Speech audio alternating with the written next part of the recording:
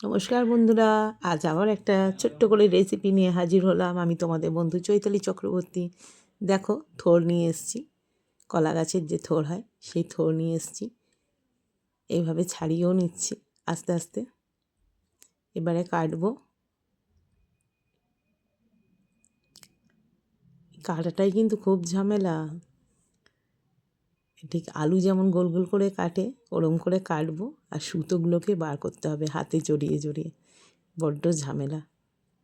তো যেই কাটবে খুব সাবধানে কাটবে, কারণ হাত কেটে যাওয়ার খুব ভয় থাকে এতে। এই যে ঠিক যেমন আলু ভাজা কাটে ঝিরিঝিরি, ওরকমই কেটে ফেলবো। এই দেখো, কেটে ফেলেছি। এবারে একটু নুন আর হলুদ দিয়ে মাখিয়ে রেখে দেবো।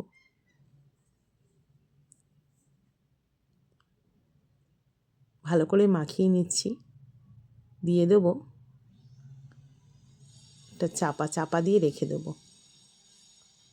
কড়াই বসিয়ে দিয়েছি, কড়া গরম হয়ে গেছে, তেল দিয়ে দিচ্ছি। ফোড়নে দেবো শুকনো লঙ্কা, তেজপাতা, পাঁচফোড়ন।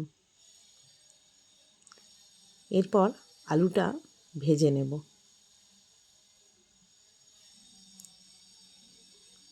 আলুটা হালকা ভাজা হতে হতে দিয়ে দেব থোড়গুলো।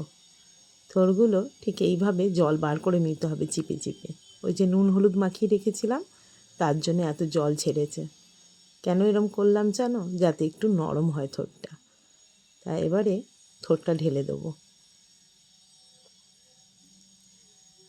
হালকা করে একটু নেড়ে চেড়ে নিয়ে দিয়ে দেবো গ্রেট করে রাখা মশলা, আদা, রসুন, পেঁয়াজ, টমেটো আর শুকনো কিছু মশলা, হলুদ, নুন, লঙ্কা গুঁড়ো, জিরে গুঁড়ো, ধনে গুঁড়ো, গরম মশলা সব দিয়ে ভালো করে কষাবো।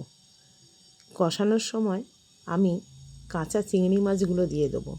এবার অনেকেই বলতে পারো কাঁচা চিংড়ি মাছ কেন দিলাম? চিংড়ি মাছটা না ভেজে রাখলে বড্ড শক্ত শক্ত লাগে, তাই জন্যে কাঁচা দিয়ে দিলাম। জিনিসটা খেতেও ভালো হয় আর নরম থাকে মাছগুলো। মাছ কিন্তু সেরম একরকমই হয়ে যাবে, যেমন তোমরা ভেজে রাখো সেরমই হয়ে যাবে। দেখো, দিয়ে দেবো অল্প জল। জল দিয়ে ভালো করে নেড়ে চেড়ে একটু ধনেপাতা, কাঁচা লঙ্কা ঢেলে দিলাম।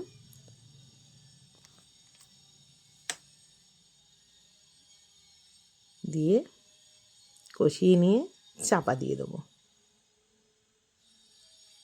হয়ে গেছে বেশ খানিকক্ষণ, চাপাটা তুলব।